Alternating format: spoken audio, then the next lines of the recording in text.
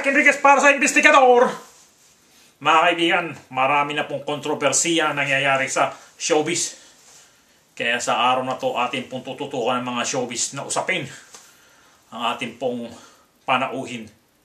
Sa araw na to walang iba kundi si Ginoong Freddy Aguilar. Atin pong siyang tatanungin sa mga nagkalat na kontrobersiya. Okay? Ka Freddy, kumusta ka na? Aba, blooming ka ata. Ang ngiti mo ay hanggang tenga. Kumusta ka na? Salamat, Mike. Salamat ako'y naging panauhin dito. Bagong kasal kasi ako, kaya ako medyo blooming.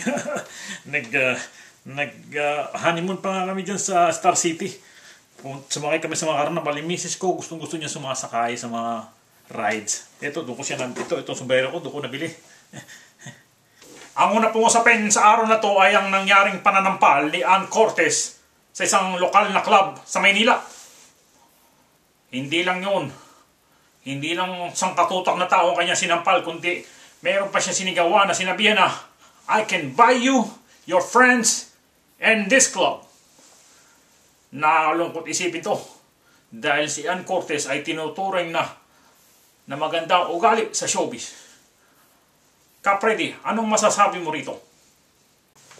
Ang masasabi ko lang dyan nasa tamang edad naman si Ann Cortez. Kaya may karapatan siya manampal. Nasa batas yan. Pwede ka manampal. Basta nasa tamang edad ka at hindi minor de edad. Sige, sampalin mo lang kung kahit sino. Okay lang yan.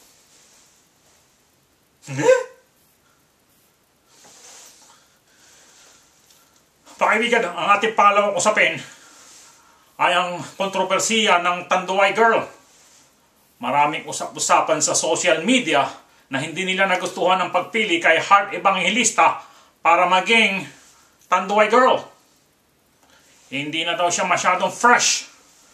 Mas marami daw mas magandang babae ang dapat na pinili kaysa sa kanya. Ka Freddy, anong masasabi mo rito? Ang alam ko dyan ng Tanduay alak. Kaya dapat nasa tamang edad ka. Ay nasa tamang edad naman siya ang Heart Evangelista. Kaya okay lang yan. Kung minor de edad, hindi pwede.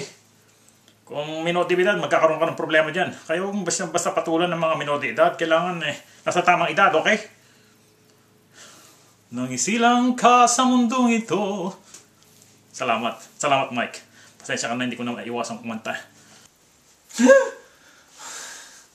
Ka Freddy naman, nakakasira ka ng araw eh.